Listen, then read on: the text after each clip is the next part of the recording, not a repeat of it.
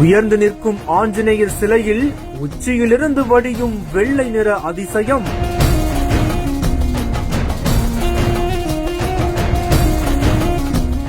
குவியல் குவியலாக விளக்கேற்றி வினோத வழிபாடு நடத்திய பக்தர்கள். தமிழ் புத்தாண்டில் 90 அடி உயர அனுமனுக்கு நடத்தப்பட்ட சிறப்பு அபிஷேகம்.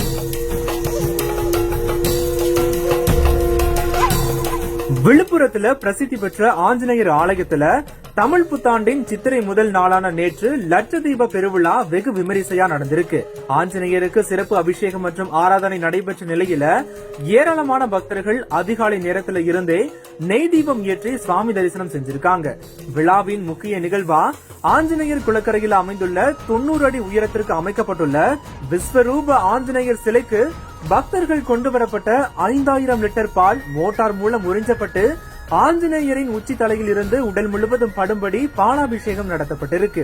தொடர்ந்து கோவில் வளாகத்துல பக்தர்களுக்கு அன்னதானமும் வழங்கப்பட்டிருக்கு. இந்த நிகழ்ச்சியில சுற்று வட்டாரத்துல இருந்து ஏராளமான பக்தர்கள் கலந்து கொண்டு ஆஞ்சநேயரை வழிபட்டிருக்காங்க.